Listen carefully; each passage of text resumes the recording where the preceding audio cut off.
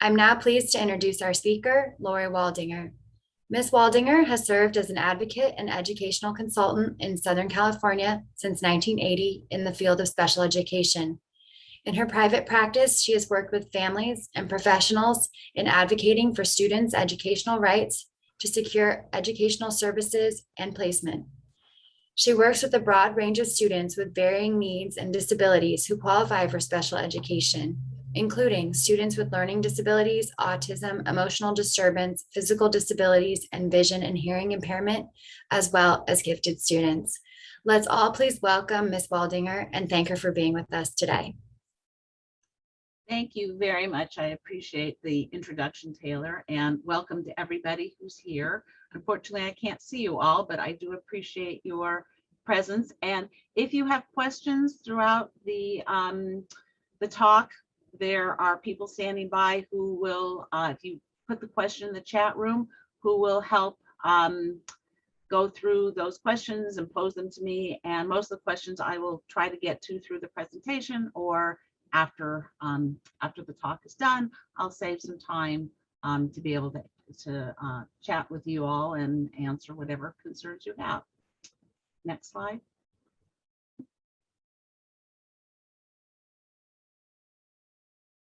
Thank you, Brittany.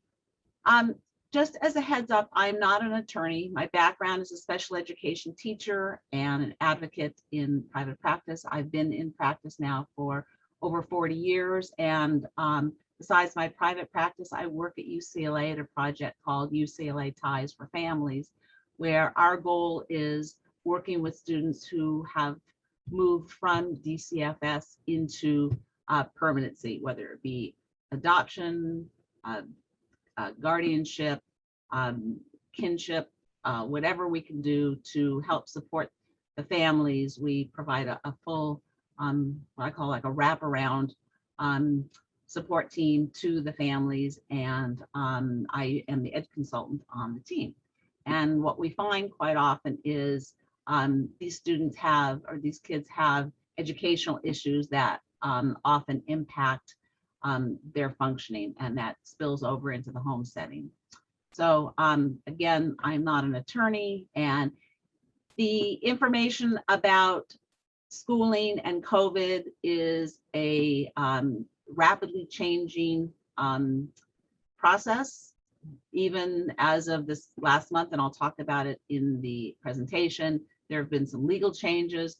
I know I saw in the LA Times this morning about procedural changes with the vaccine for students within the LA Unified School District. So I assume that as CDC puts out new mandates, health departments are changing their policies and schools are having to respond to that. So you can find up to the date information through organizations such as Alliance for Children's Rights, the California Department of Education, and Disability Rights California. These slides will be made available to you afterwards. The Pritzker team will make sure, if you're interested in getting copies of these slides, that they will be available to you. Next slide. So again, what I'll be talking about today is the intersection between students with disabilities and the IEP process, 504 process, students who are in foster care, and again, students in general who are impacted with educational issues during COVID time, and now what's happening afterwards, that many kids are in school and still some students are not able to return to school, either because of significant mental health issues or medical issues. And so what we know for sure is the federal law that governs special education, we call it IDEA, Individuals with Disabilities Education Act, and Section 504. Those federal laws remain in effect, and they are in full force. So there was a time in California where our assessment and our IEP timelines were stopped, and that is no longer the case. So we know that students who have an IEP or a 504 plan, they're entitled to a free, appropriate public education. we call that FAPE, that if we're seeing a lack of progress with students, that we come back to IEP teams for those who already have an active IEP, and we can ask for a review meeting to evaluate what's going on, why the child's not making progress, make changes in goals, accommodations, and services. So if you do have a student on your caseload or in your home who is not doing as well as anticipated, and they do have a formalized plan, you can always ask for a review IEP or 504 plan. And behavioral needs and mental health needs need to be covered as part of those plans. And again, the IEPs cover students who are receiving home-based services, again, under an IEP or 504, as well as who are in school. Next slide. So FAPE, Free Appropriate Public Education, is an important standard, legal standard for special education. And at the beginning, in August, September, when we were hearing kids are back in school, for those kids who couldn't wear masks because schools were requiring, as still many of them are, we were hearing that kids were being excluded from school because they could not keep their mask on, could not wear their mask. And just as a reminder, students are entitled to FAPE, an appropriate education, and they cannot be excluded from school if they cannot wear their masks. So this is the education code to that.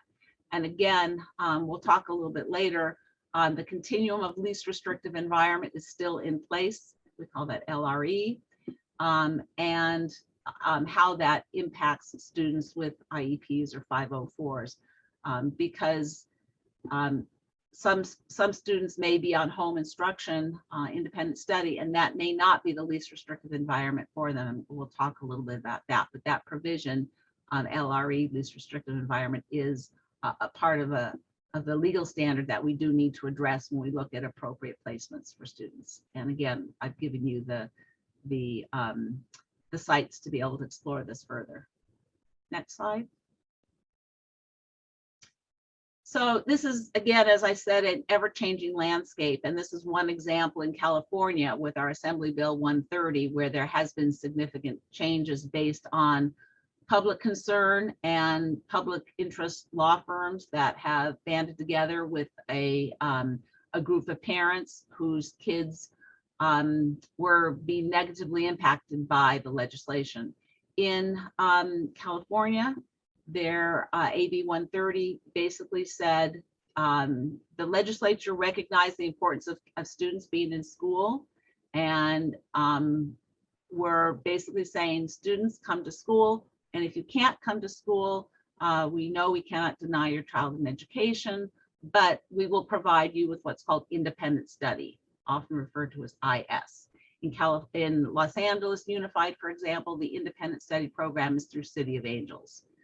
There were a number of families, as I said, whose kids really did not, cannot benefit from an independent study type of program where they get individual packets.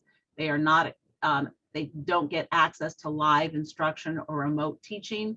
That was provided last year during the pandemic time. And so AB 130 basically said you get independent study or you have to come to school, and they took away the option of remote instruction.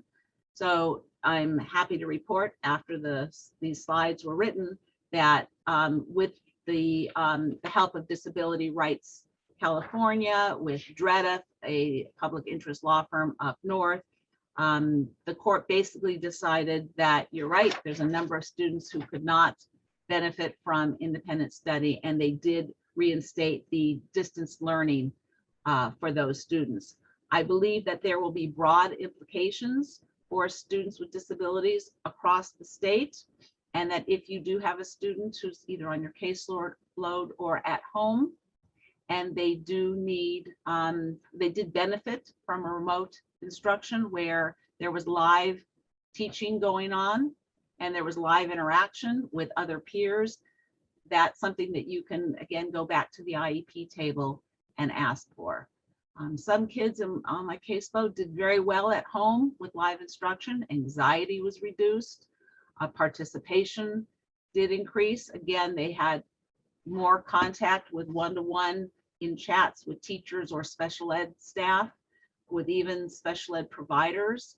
And when students were put on independent study, they lost that opportunity for interaction.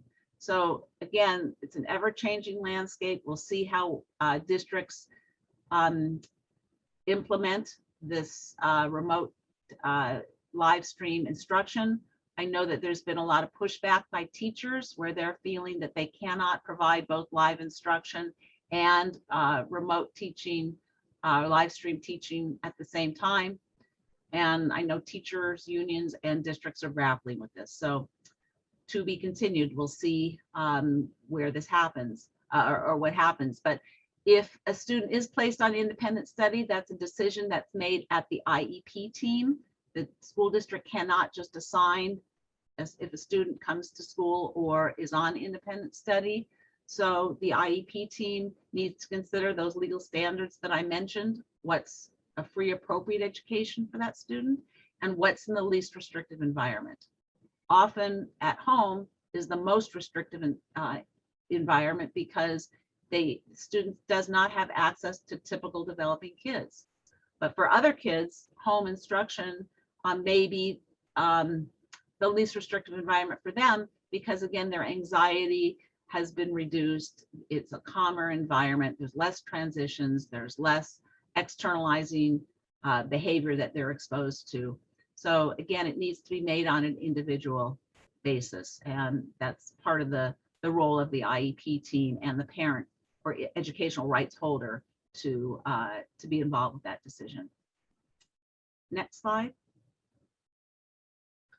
Vaccines is another ever-moving target. And I know there was just information in the LA Times today where they're changing the COVID protocols with regard to testing. School districts and public health departments are meeting frequently to decide what the requirements are. We know that vaccines now are available for younger kids. Parents obviously have choice about that, and school districts, vaccine mandates have been in place for a long time, way before COVID. And historically, there have been exemptions. I know there's a couple of lawsuits going on, one in LA, one in San Diego, where they are seeking to overturn the vaccine mandate and the limited or restricted exemptions for those students. We'll have to see what happens. But I know some kids are not being able to access sports or other extracurricular activities if they're not vaccinated.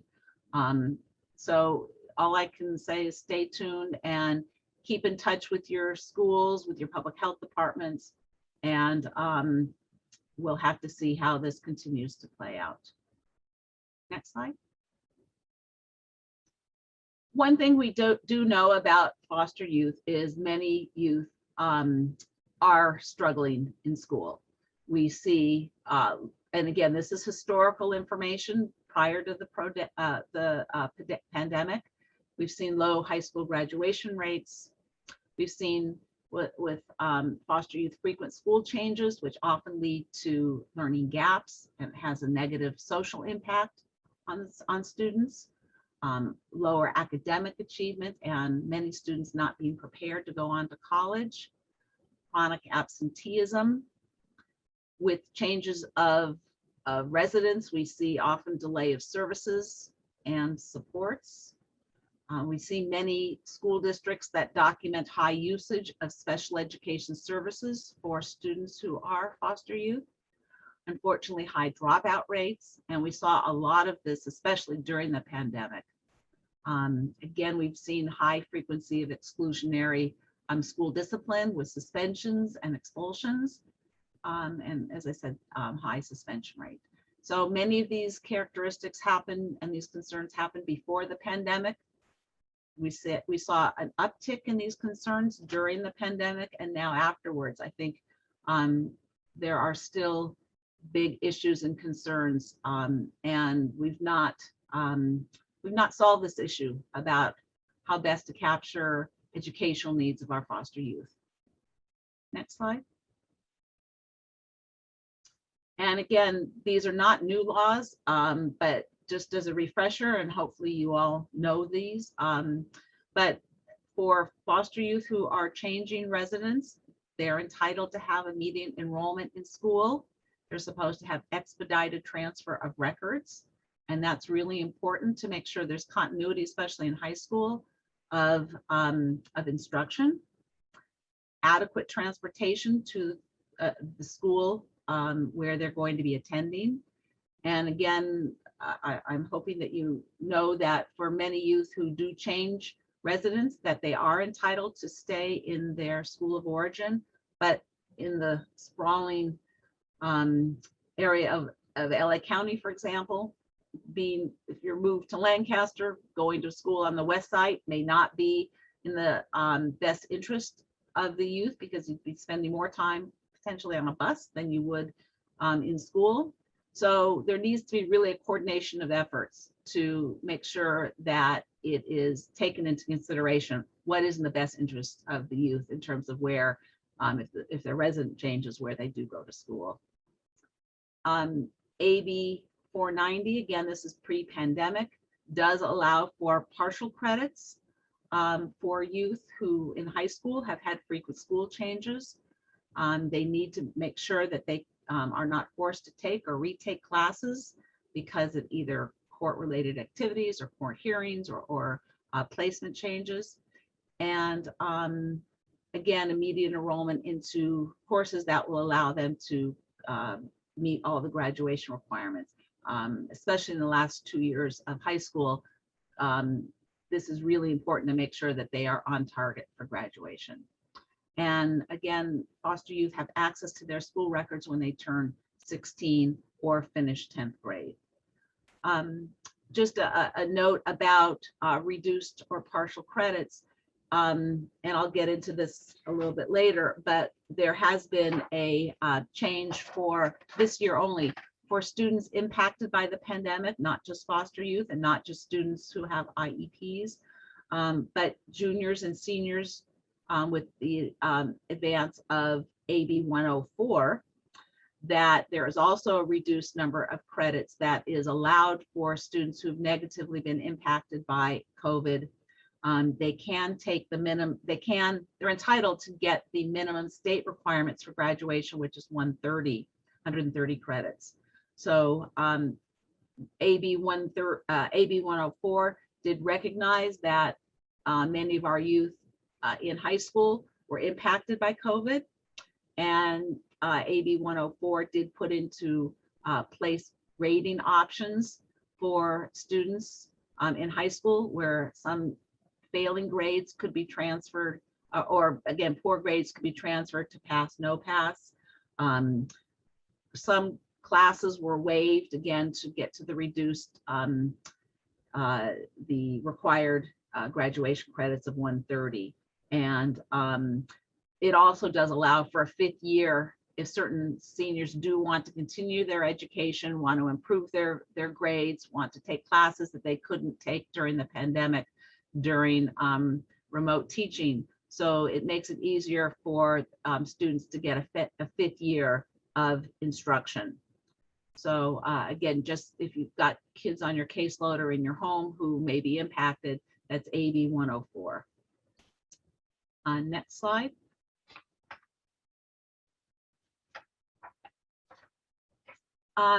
As we know, it's important it's critical for all foster youth to make sure that there is an identified educational rights holder, ERH.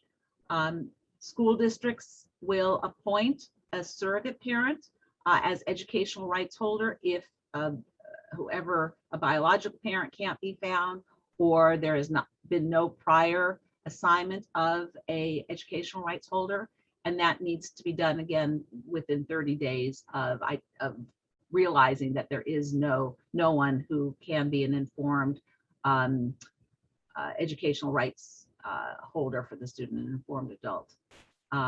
There are procedures in place if, again, there's no relative, caregiver, no foster parent, or no CASA who has educational rights, there are procedures that districts have established to appoint surrogates where they've gone through special training and they can work with the student to make sure that their needs are taken care of and addressed at school.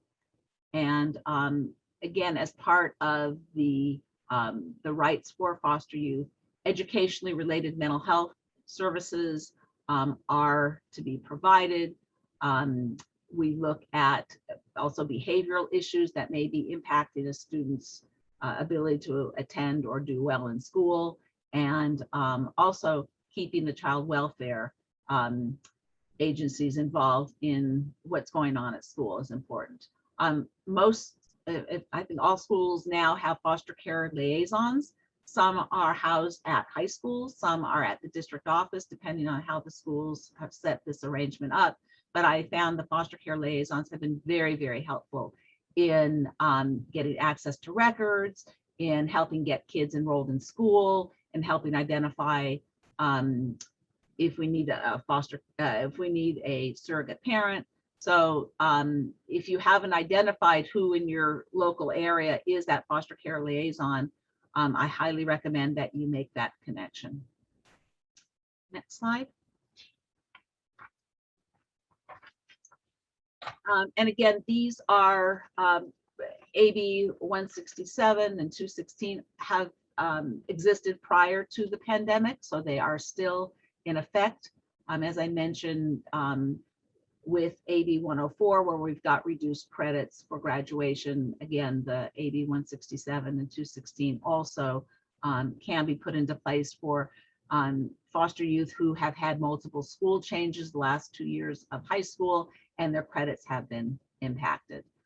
We've also got legislation, AB 1909, that ensures that the youth's attorney and social worker have information about what's going on at school. A great resource for finding more information about this is the Alliance for Children's Rights.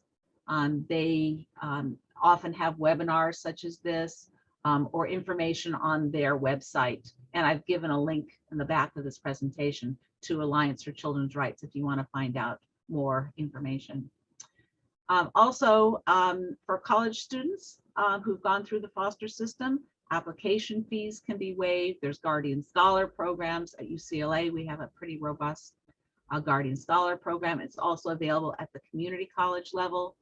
And students can get prior registration with classes and housing if they get connected to programs like Guardian Scholars.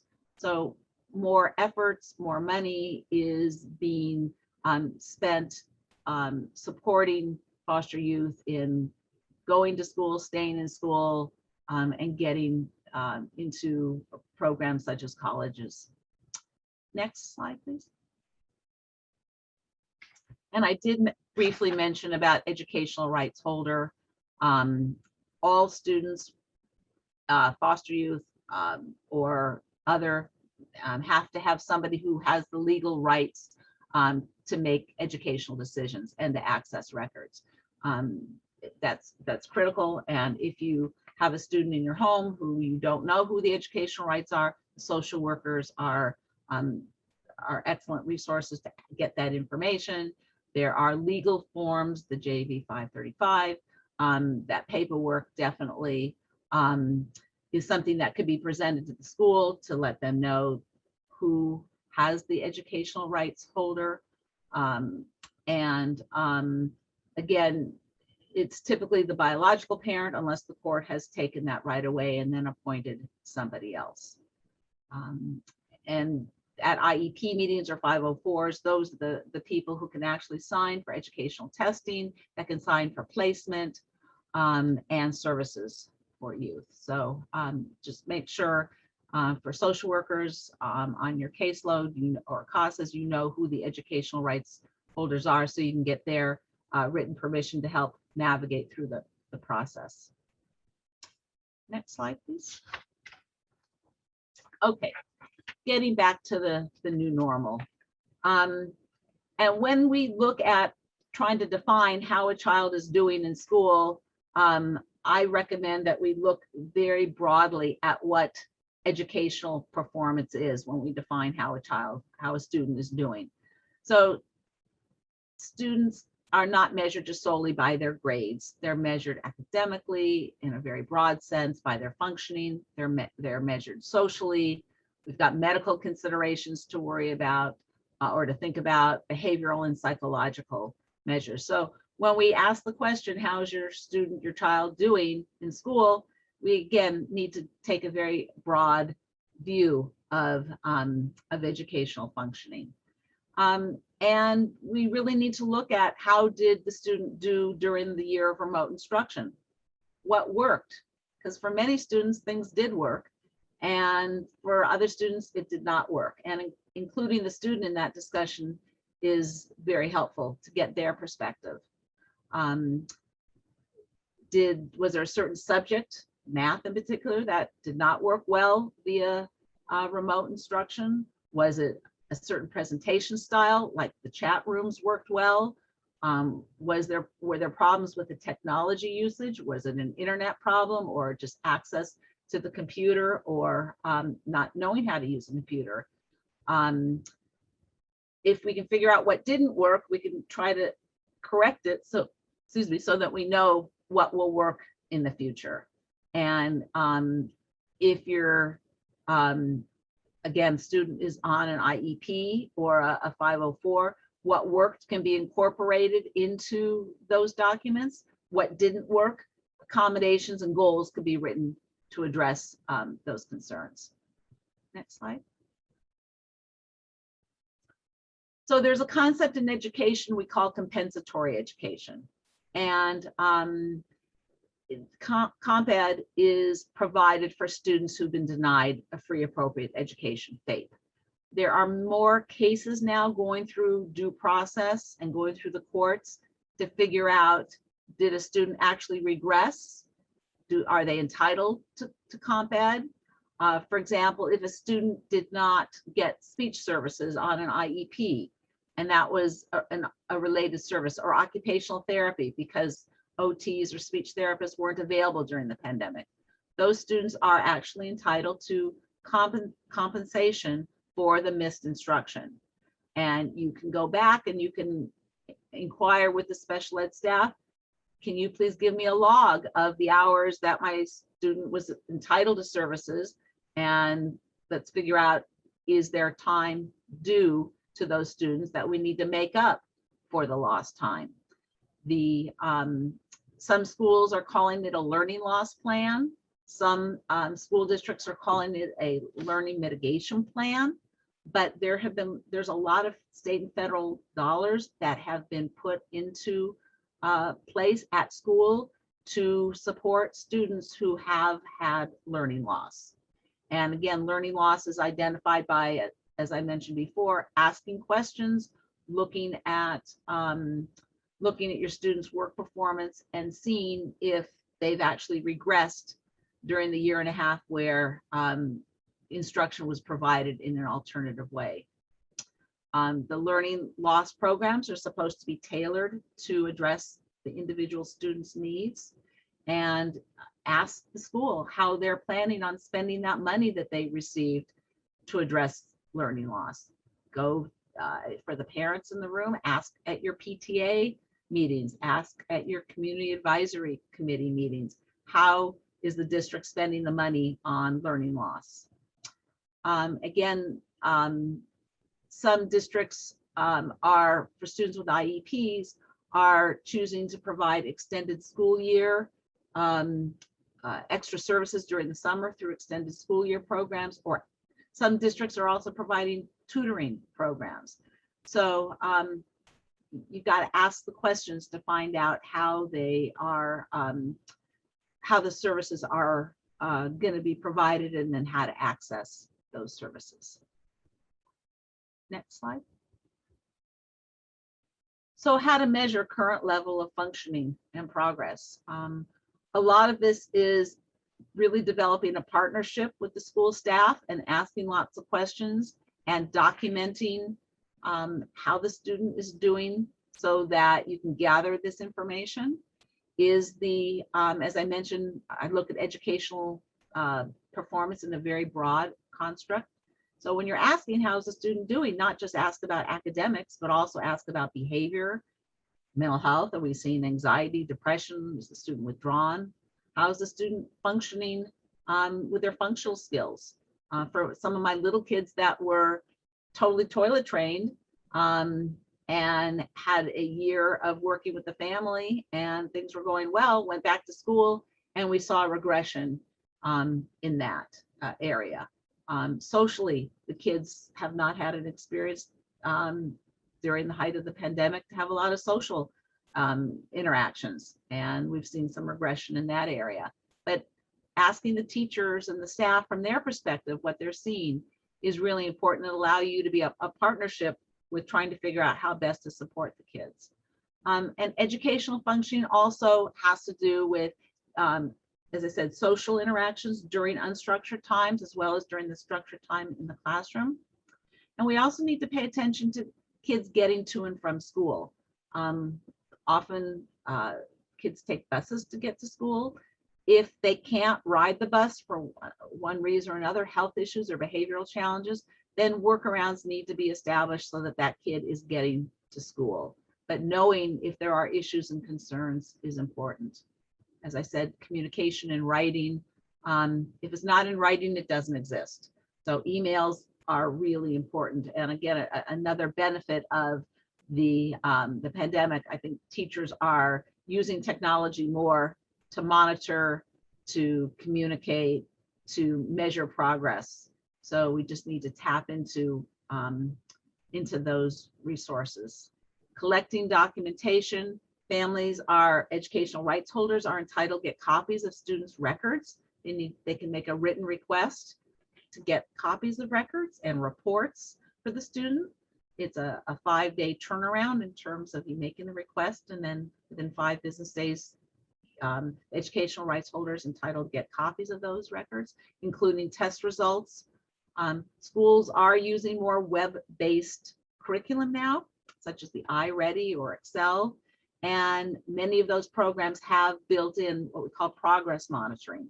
And there's actual graphs and charts that you can use to see if your child is progressing. And as I mentioned, getting input not only from teachers, but caregivers, tutors, professionals working with the student. We want to know how is that student functioning as opposed to their age and grade level peers. Are they keeping up in school? Because if we don't know where they're at, we can't really we don't know to provide supports and services for those students. There are grade level standards and expectations for students. Those you can find online. The schools publish for their own district and their own schools what the grade level expectations are. There's mission statements that are available. And as a parent or as a educational rights holder, you can find out what the 4th grade, for example, standards would be. And then if you're armed with data from the teachers, you can see if that child is meeting those standards or not. There's a lot of information online about, again, state level, federal level expectations for functional skills as well as academic and behavioral skills. So you can get that information. Next slide. The other factors to look at, again, as I said, educational functioning is very broad. And when we look at the needs of students, we also need to look very broadly. Doing, as I said, the detective work to see what worked, what didn't. During remote instruction with somebody sitting next to the child, maybe they got a lot of work completed and they were staying very organized because they had their secretary, their assistant sitting right by them during the instruction. But now that the kids have returned to school, maybe we're seeing a decline in the work completion or executive functioning. And what that means is basically the organizing, the planning, the time management. If you think of an executive secretary, what they need to do to help their boss complete their tasks, students are expected to have many of those executive functioning skills to keep track of their assignments, to keep track of upcoming dates of tests and quizzes, to keep track of their materials in either a backpack or a notebook or in a locker. And at home, when they were at home, it might have been easier because they had some, places to store things. They knew where things are. But especially our older students in high school or junior high, where they're having to move from class to class, the organizational skills may be more problematic. That's something, again, that could be addressed either through accommodations or goals if the student has an IEP or an accommodation plan or a 504. Attentional issues, anxiety issues, those also did vary during COVID time and now post when kids are back in school. Are we seeing an increase in attentional issues or anxiety? Is this something we need to discuss with a medical professional in terms of medical intervention or psychological, a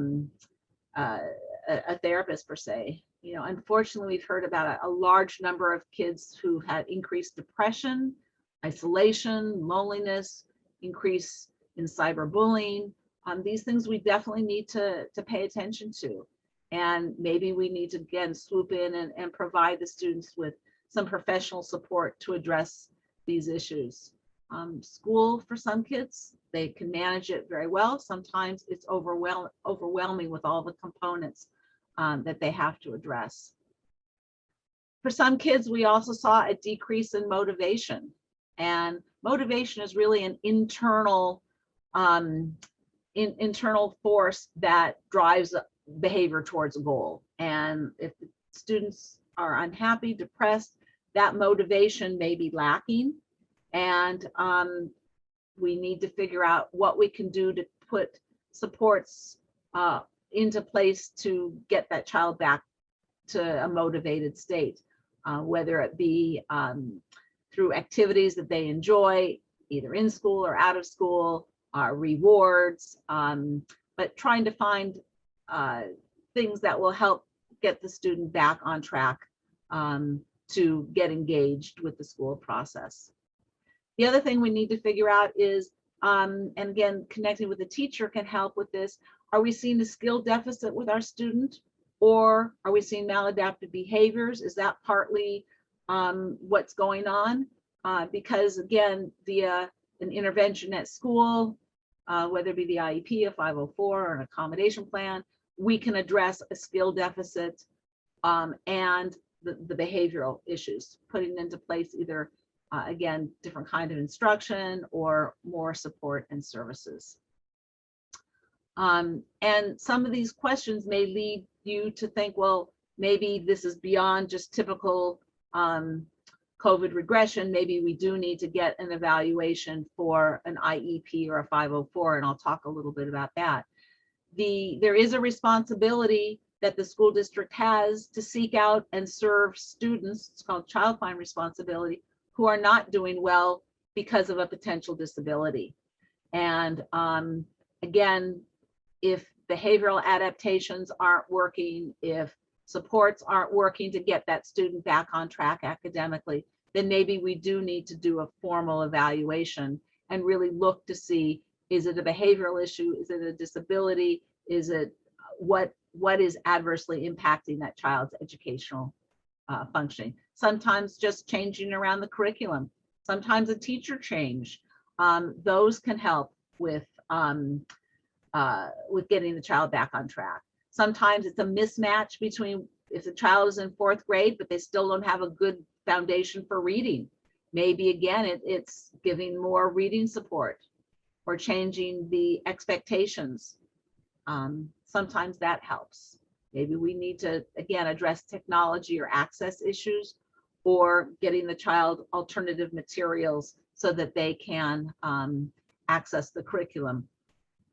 So these are all factors to consider when we're trying to develop a plan for a student, and not, again, solely related to COVID, but now we've had an interruption in the typical learning process. And if we're seeing still significant changes now that the kids are back in school, we need to figure out what are the factors that are involved in those changes and try to develop a plan moving forward. Next step.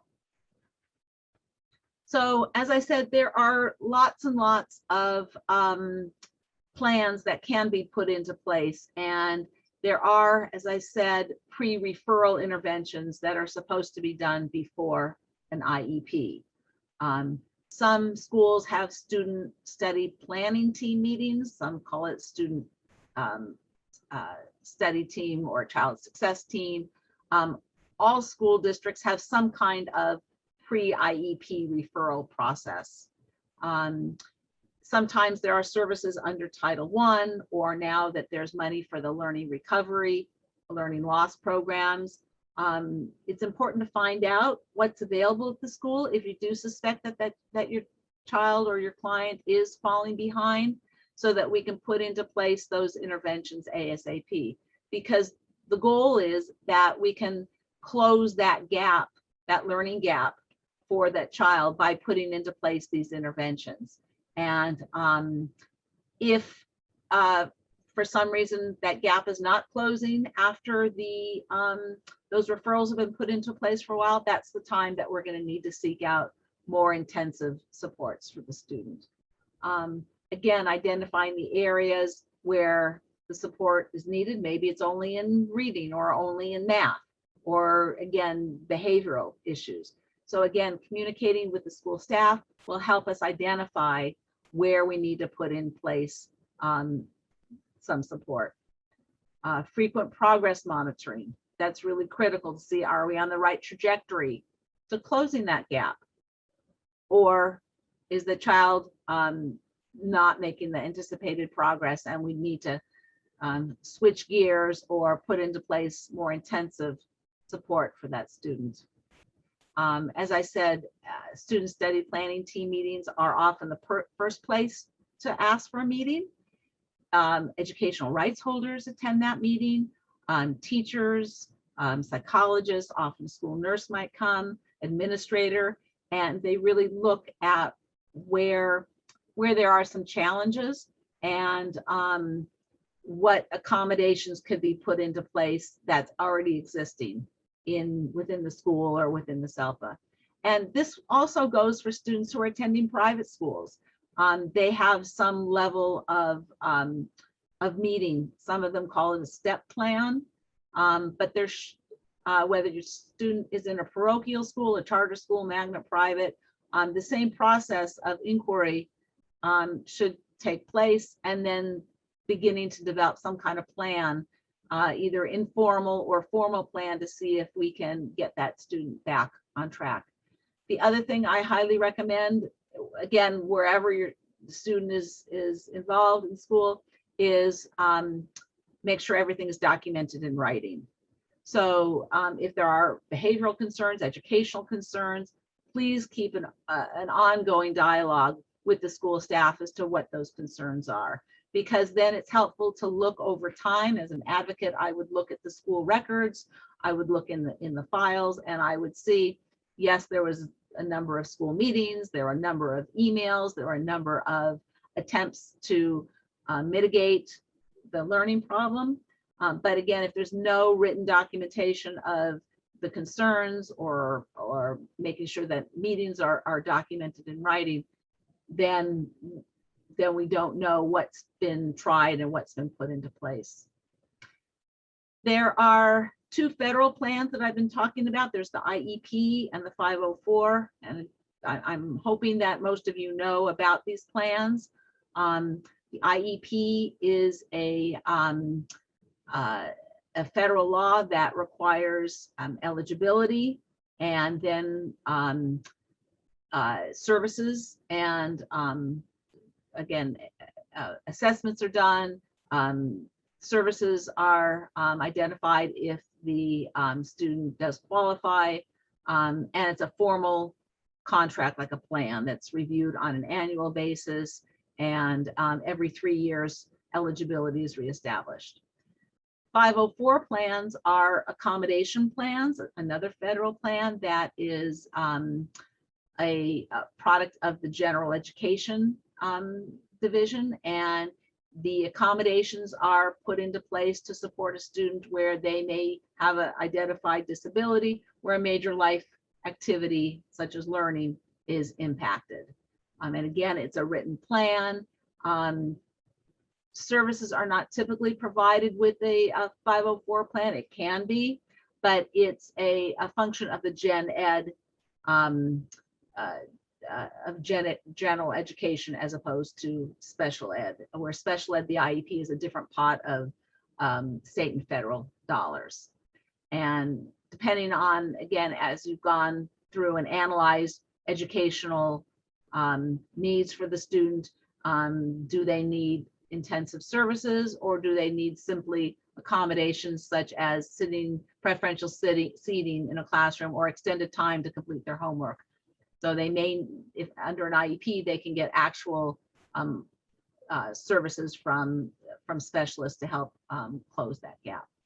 And again, parochial schools don't have IEPs. They, I'll mention in the next slide that they can access the federal dollars connected with an IEP, and I'll get to that in a minute. But IEPs, if they're taken over to a parochial school or a private school, there's no obligation to implement the IEP. Charter schools, magnets, are public schools, and they do have to implement IEPs and 504 plans. Next slide. So again, as I mentioned, an IEP, for example, is a formalized plan. And if you are concerned that your student may need an IEP, you need to make a formal request for that plan. The district is supposed to respond to you within 15 calendar days. And then you can look at that plan. You can share that with the social worker, anybody else who can document or can review that plan with you and make sure it's completed accurately. The district has a responsibility to assess in all areas of suspected disability. So as clear as you can be with that initial request, it's helpful. If you suspect a learning disability or a speech and language impairment or autism, that initial letter will drive the development of the assessment plan. So as I said, communication is really important. And unfortunately, nothing happens quickly through the IEP process. The initial, once the initial assessment plan is written and accepted and signed and approved by the educational rights holder, the district has 60 calendar days to complete the assessment and then convene an IEP meeting. The problem that we're coming up to right now in our calendar is the timeline stops for holidays that are longer than 5 days. So the days do count for Thanksgiving, but for the upcoming winter break, when they're often 2 or 3 weeks long, the timeline will stop and then pick up again in January. That also happens in the summer. So just be mindful if you suspect that your child may have a disability, may qualify for an IEP, make that request early in the spring, because again, we've got a 60 to 70 day timeline, which will stop during the summer. So just be mindful of timelines. And as I said, IEPs is a contract, and after the assessment and present level of functioning is determined, if eligibility is established, we then write goals and we write services, accommodations, we look at placement and related services. And again, educational rights holder, parents, guardians, CASAs, all of those people, their input is really valuable. I highly encourage for the older kids to participate in the development of their IEPs for at least a portion of it. They've got to live it, so getting their input is appropriate. For some of our students also, again, who've not done well during COVID and who have an IEP or a 504, maybe it's time to revisit those plans. Maybe we need to move from a 504 plan to an IEP or an SST meeting into a more formalized plan, because again, we've not been able to recover the time lost. Again, this is a good time of year to start thinking about that, because kids have been in school now a number of months. So things should be a little bit more stabilized for them in terms of being at school. There should be hopefully a routine established. More schools are keeping kids in school even during quarantine time. I know LA Unified is changing their policy where they used to mandate kids having to stay at home for 10 days. Those policies are changing. So again, it's time to evaluate assessments as well as your formalized IEP or 504 plans. Looking at technology needs for our students. Maybe the computer that was given to them by the district is no longer working, or some of the extensions need to be updated. That's important to look at. Or maybe the computer's been destroyed for a number of reasons, behavioral challenges, the computer's been thrown, or it's been had a student where it got wet, and it needed to be, again, a whole new computer provided.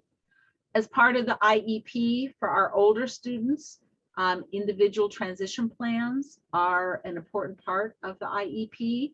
We've got, Congress has mandated that age 16, sometimes districts go as early as age 14, begin to look at how we want to transition kids from high school and where they want to go post high school activities, including college or technical schools or independent living programs, or independent living skills. So for your older students, make sure that your ITP, your individual transition plan, is a robust part of the IEP. For students who have behavioral challenges, again, this transition has been difficult for them. Maybe they need a behavioral assessment.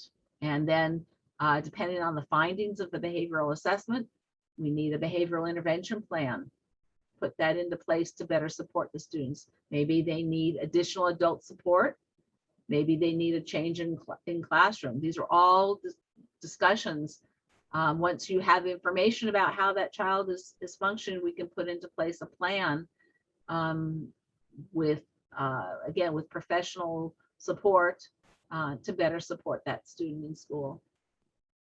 Through the IEPs, we also have what's called related services. And there's a whole definition of related services through the IEP if a student, again, qualifies for an IEP. Everything from transportation to counseling services to speech and language services, occupational and physical therapy, adaptive PE, social work, or O&M is orientation and mobility services for students who have vision impairments. So we're supposed to look at, for a student with an IEP, are there auxiliary services that need to be put into place for that child to benefit educationally? So these are things that assessments can be done to look at these areas. And these are services that can be added to the IEP, including, again, supporting the student in the mainstream. Students with disabilities are entitled to participation in all aspects of the school, including clubs and cheerleading and field trips. And if the student needs extra help and support during those times, if they've got significant health issues, then those, and they've got the IEP, that needs to be taken into consideration when the kids go on the bus for a field trip, for example. Again, COVID time has really impacted mainstreaming and inclusion opportunities for many students because schools are trying to keep kids into smaller cohorts. IEP team or 504s can help guide some of those discussions, but kids should not be excluded solely because of disabilities, for example. Again, accommodations and modifications, they need to be modified now that we have new information about how the student learns or is not learning. So we need to address those, and the accommodations can be put into place through the student study team plans, through STEP plans, 504s, IEPs. And as I said, mainstreaming and integration has been impacted by COVID and trying to keep kids into smaller cohorts. And then for students with an IEP, there is a continuum of placement options. Excuse me, just one second.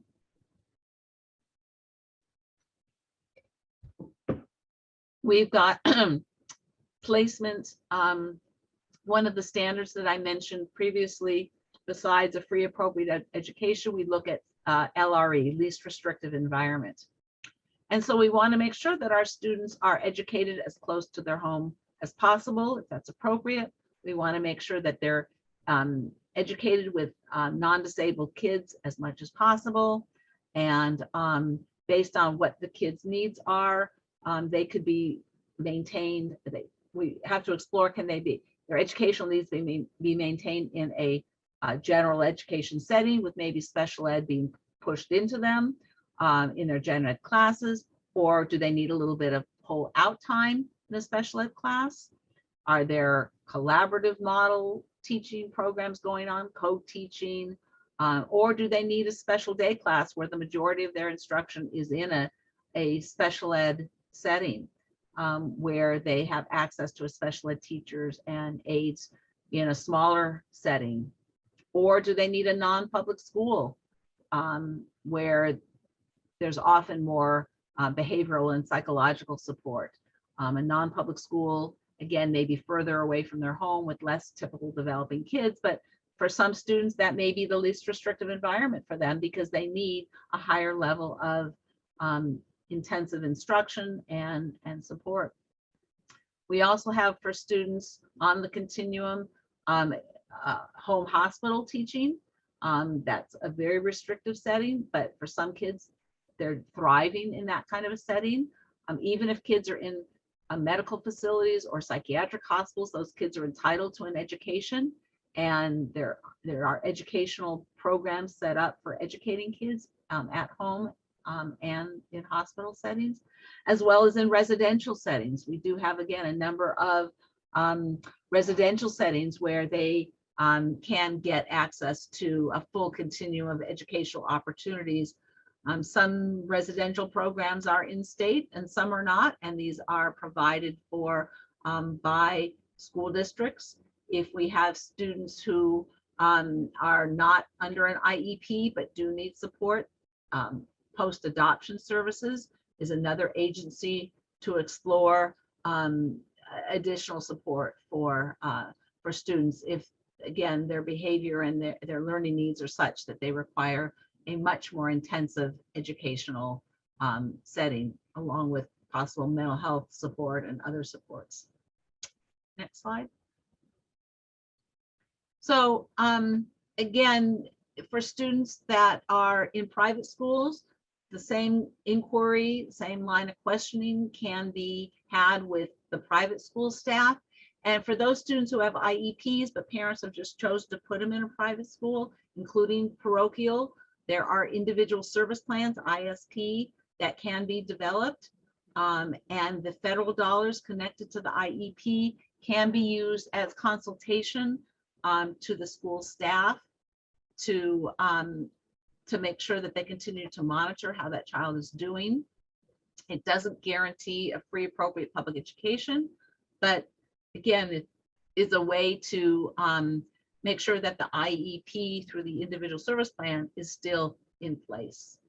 And as I said, we've got 504 plans as a formalized plan besides the IEP. And then the regional center is an important agency that also provides services to all youth, foster youth, to any student who potentially has a developmental disability.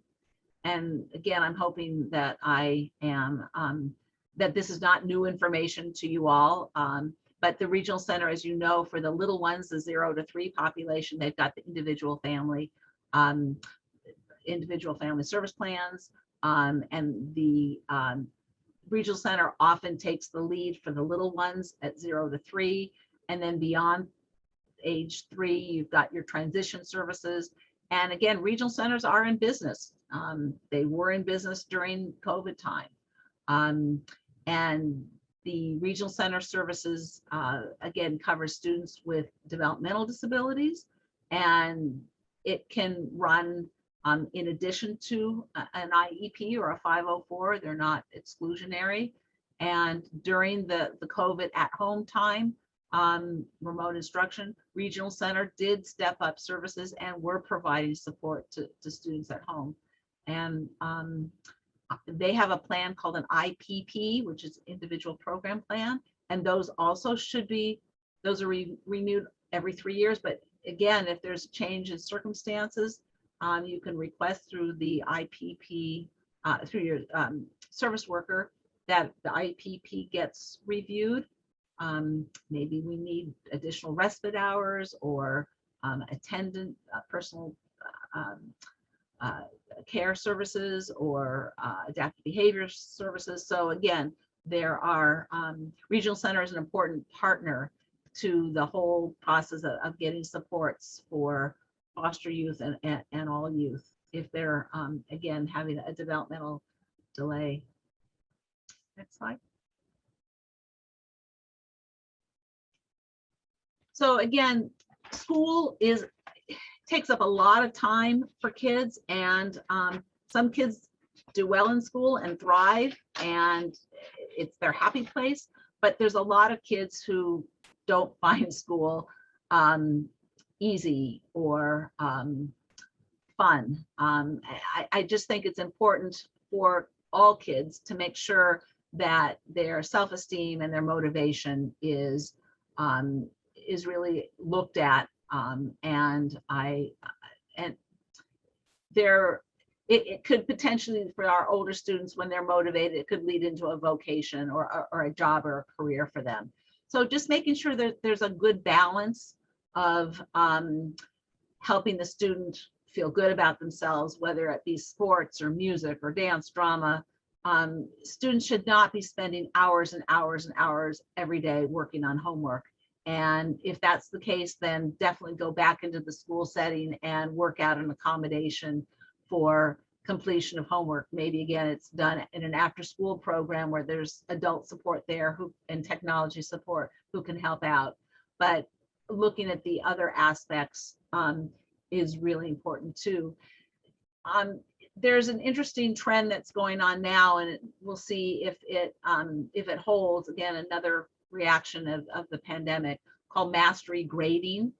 We're seeing more teachers, as a result of what did not work during the pandemic, of really when a student is not doing well, let's say on a test, allowing the student to have some reteaching and then go back and retake the test and have that count as credit, and not just failing kids across the board. So learning mastery is really important, and that's being done at school during school hours. It shouldn't be something that's left for the families to do at home through homework completion, because again, I'm a real strong promoter of self-esteem and motivation will help students get through the more difficult subjects. Finding activities in school or in the community for the kids to participate in, whether it be in organized activities such as Girl Scouts or soccer, or through church. Again, exposing kids to all different kinds of activity. Socializing is important. Learning positive social skills, being around positive social models is important.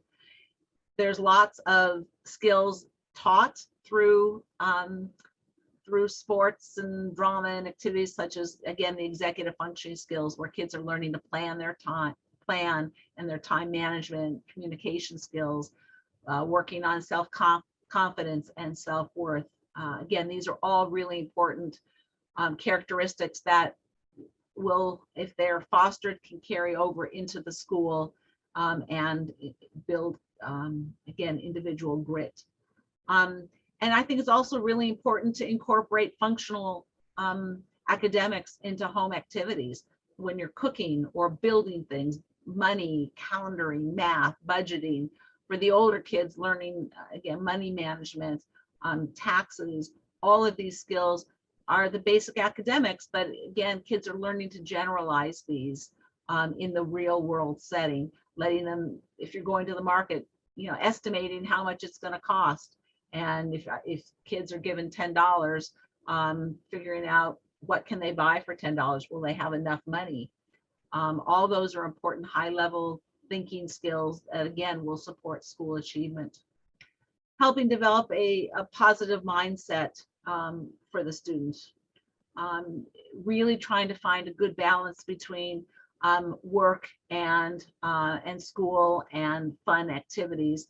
There's got to be a balance. I know I hear constant complaints about homework really ruining parent-child relationships, and that really should be a discussion going back to the school to help figure out how we come to some kind of balance, trying to work together to overcome obstacles that you all are seeing at home that the school staff may not be aware of. Again, you hear me, a common theme is communication and documentation, and really partnering with the school staff to see how we can overcome some of these issues for the students. Helping support trial and error, and that mistakes are a learning process. And it's, again, if there weren't number of mistakes, we wouldn't have new inventions and we wouldn't have workarounds. Helping kids understand and accept redirection, and not all criticism is bad. Maybe it's an opportunity to work together, to team together to help resolve certain issues and things that are going on at school.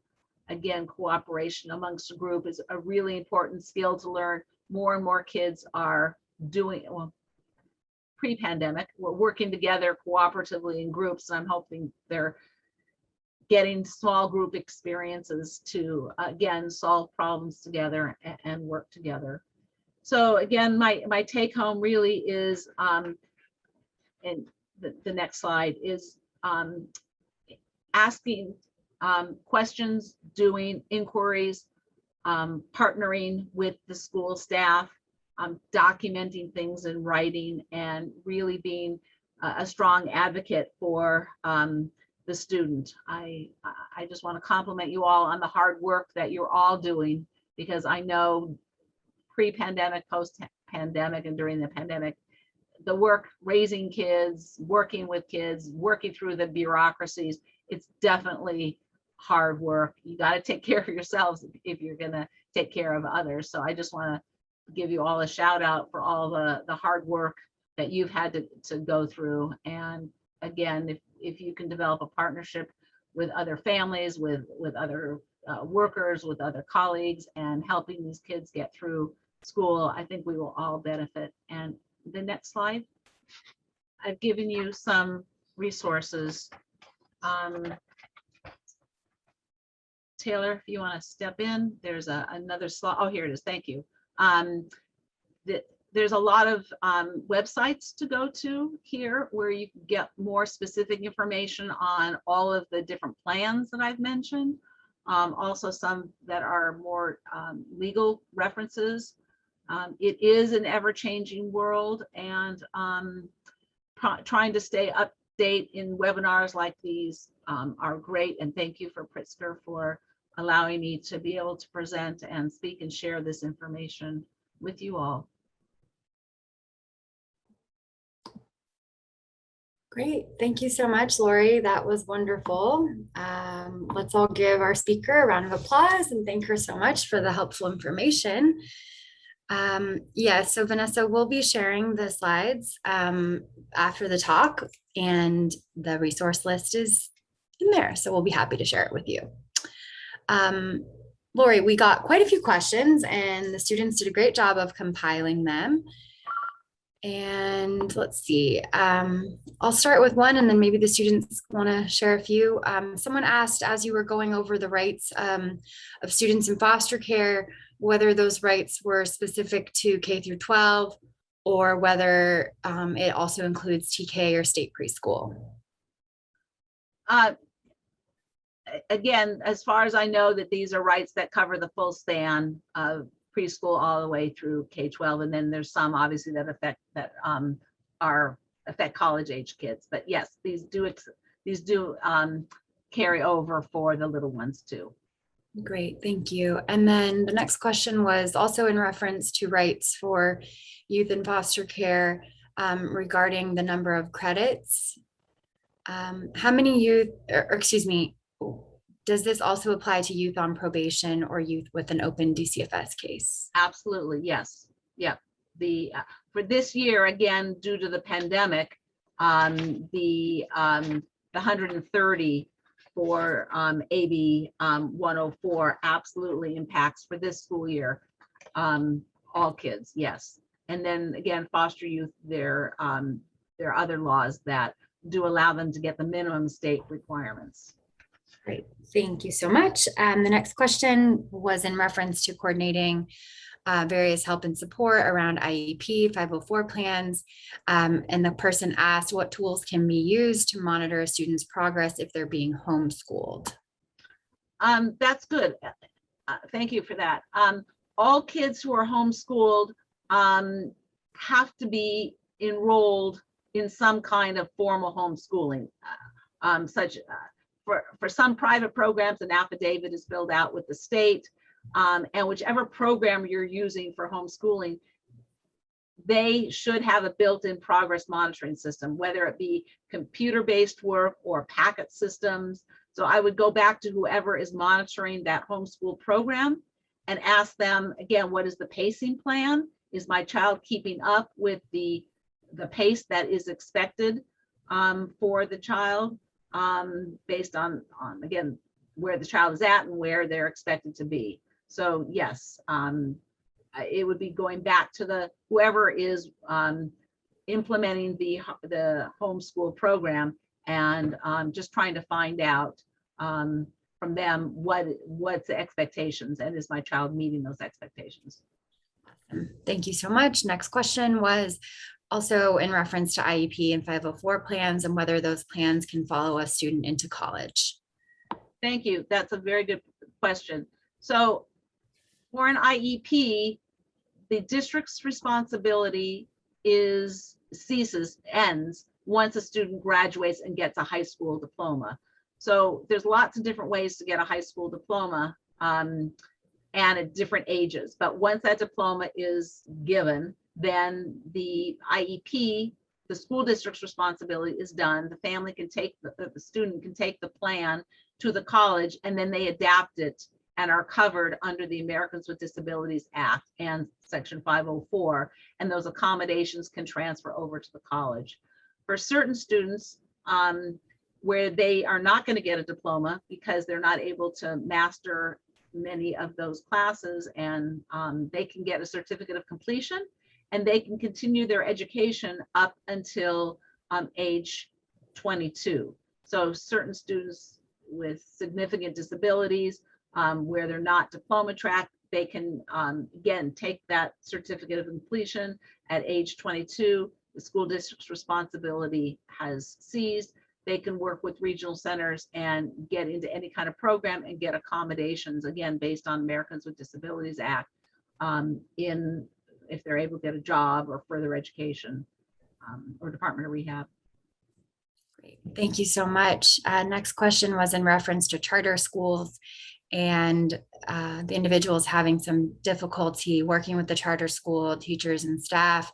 Do you have any ideas or suggestions on working with charter schools? Yeah, there is an association of charter schools, and charter schools also have a governing board. So I have found the Association of Charter Schools to be very helpful, and I have reached out to them if I've had some difficulty where a charter school may be trying to get a student removed from the school or not implementing certain plans. I would also check with the governing board as to what the policies are, whether it be on behavior or discipline or bullying, whatever the concern might be. But yes, it's a public school, and all of the charter schools are chartered by a local public school. So finding out that resource also would be very helpful. Yeah, I think that's such an important point that folks often don't understand or aren't aware of, that charter schools are public schools and they're held to the same requirements that our public schools are. So thanks for clarifying that, Lori. The next question was in regard to motivation and encouraging students who are refusing to attend school. Yeah, that's a hard one. Well, that's a hard one, and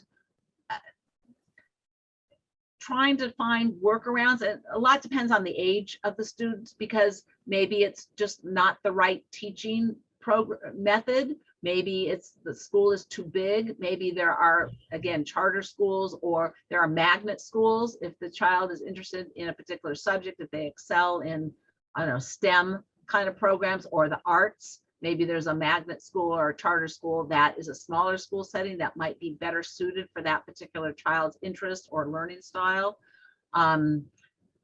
There are just so many different kinds of schools that are out there these days. For the older student, again, I look at where do they want to go vocationally? What do they want to do when they want to leave, when they grow up, leave school? Can we find a workaround? If they're interested in maybe auto mechanics, then maybe the Job Corps might be an interesting option for them, where they can finish their high school career. They could actually live at the Job Corps. Or maybe there's a slew of programs for older kids that maybe we need to look at options, continuation schools or community day programs, alternative schools. Schools, again, are coming up with some very interesting options. For the younger students, again, maybe it's a mismatch of teacher. Maybe it's not a good match where there's a discipline issue or a loudness problem. Maybe the teacher is yelling and the student is just overstimulated. Also trying to figure out what has worked in the past. Was there ever a good teacher that did work well with that student? And trying to figure out what worked then and maybe implement something different now. It's a lot of inquiry and talking to staff and trying to come up with ideas, possibly getting outside evaluations to see maybe there's an underlying learning challenge. Has there been a good physical for this child? Are the hearing and vision skills adequate for learning? Maybe there's something we haven't found out about. Again, a lot of work in my TIES programs, we are finding undiagnosed medical issues. Simple things like child can't hear or glasses. Sometimes that helps, but I know it's not a quick fix, but bringing in a team to look to see, pediatricians, psychologists, working with staff to try to figure out how to motivate a child or find different workarounds might be something to look at. Great, thank you so much. We got a couple of questions in reference to the FBA BIP. The first one is, who completes it? Okay, so that's an interesting question. They're supposed to functional behavioral analysis. The staff who are supposed to complete it are supposed to be trained. I find LA Unified, for example, has assigned their special ed teachers to complete the FBAs. I often don't find that special ed teachers are properly trained or qualified. There have been instances where I let the district do their assessment first, and if I disagree with their assessment and I don't find it's really answering the depth of the concerns that we're having, and we really can't develop a good plan unless we have a really strong assessment, then I ask for an independent educational evaluation for a new behavioral assessment. And there are plenty of people in the community or even district level staff who can come in and give a second look about what the concerning behaviors are. So and this goes for any assessment, if it's academic or psychological, if it has to do with finding a student eligible for special education, families can disagree with the district's assessment and ask for an independent educational evaluation, get that evaluation, and potentially have the district reimburse you for the private assessment. Sometimes medical insurance companies will pay for certain assessments. Sometimes DCFS or regional center can help with that. But there are ways to get additional assessments and more in-depth reviews done. Thank you. And then is the FBA/BIP part of the initial school district comprehensive eval, or is it something a parent or caregiver can request when submitting a referral for the evaluation? I'd say both. If behavior is part of the reason that's driving the initial evaluation, absolutely put in there that you're concerned about the behavior and that possibly more intensive behavioral assistance is needed, such as a one-to-one, like a behavioral interventionist and behavioral supervisors. So the key goes back to, again, communication. If you've articulated that those are the concerns and those are the issues, and again, because of the legal requirement to assess a student in all areas of suspected disability, make that request. And when you get that assessment plan, again, you guys are partners in this process. If you don't see a particular evaluation is listed on that plan, add it in there and make a notation. I also want, again, occupational therapy looked at, or speech, or behavior. And this is a bit of an extension of this question about evaluations. One person asked, there are times when a caregiver requests a school district evaluation in writing, but the teacher or school district staff indicate the evaluation is not necessary. How is this determination made without fully evaluating the child? And are there any laws on this? Okay, thank you. And the concept that you'll hear about is called prior written notice.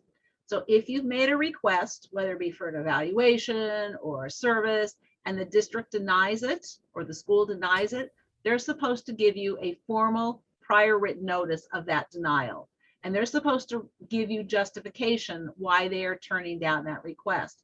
It could be because they've done their own behavioral assessment and they don't feel there's a need, or they've done a paper search, paper review of records, and don't feel that the IEP, for example, if you're asking for an initial evaluation, is justified, or for whatever your request is, they're supposed to investigate it and then give you a reasoned decision why they're turning that down.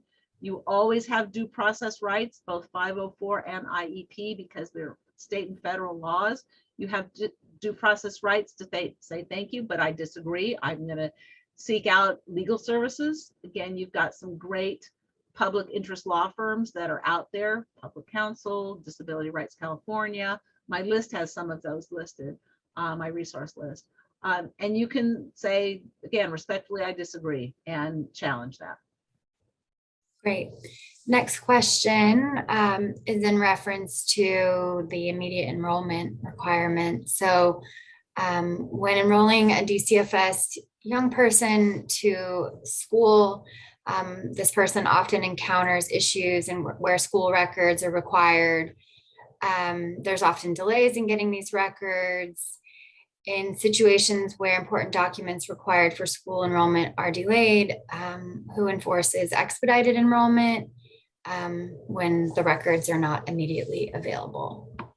The person that I've been going to, let me just say, I sympathize with you all on that, and that is a very common problem. And I've been working closely with the foster care liaisons with the district. LA Unified, even as big as they are, I have found satisfactory responses through the foster care liaisons. You can just check on, with whichever district you're working with. School principals should be well aware of these laws. Special ed departments, again, should be. My first go-to when I encounter those issues is the foster care liaison at the school. Great, thank you. Next question is about educational rights holders. If the ERH is not attending meetings, signing 504s, or involved with the youth's education, what do you recommend? A new educational rights holder. Yeah. And that may have to be a court process. Again, if it is a foster youth, you've got social workers involved. That person is not living up to their responsibilities, and possibly getting the school district to appoint a surrogate parent. But unfortunately, it's a court process, and we have had to have changes in educational rights holders for a number of cases that I've worked on. And again, I found the social workers to be very responsive to those concerns. Great. So someone on our Spanish call line is asking where to request the evaluation through the district, on a website, specifics. If you're looking for an evaluation for special ed, I would definitely send, again, this is in writing, even if it's in Spanish or any other language, I would send a copy to the school principal. I would send it to the teacher. I would send it to the director of special education. And most schools have a special ed coordinator or staff person at the school. So I would send multiple copies to multiple places. Make sure you keep like a notebook of all of your correspondence. But put it in writing. And again, expect that there should be some kind of written response within 2 weeks. And if you don't get a response, send another email.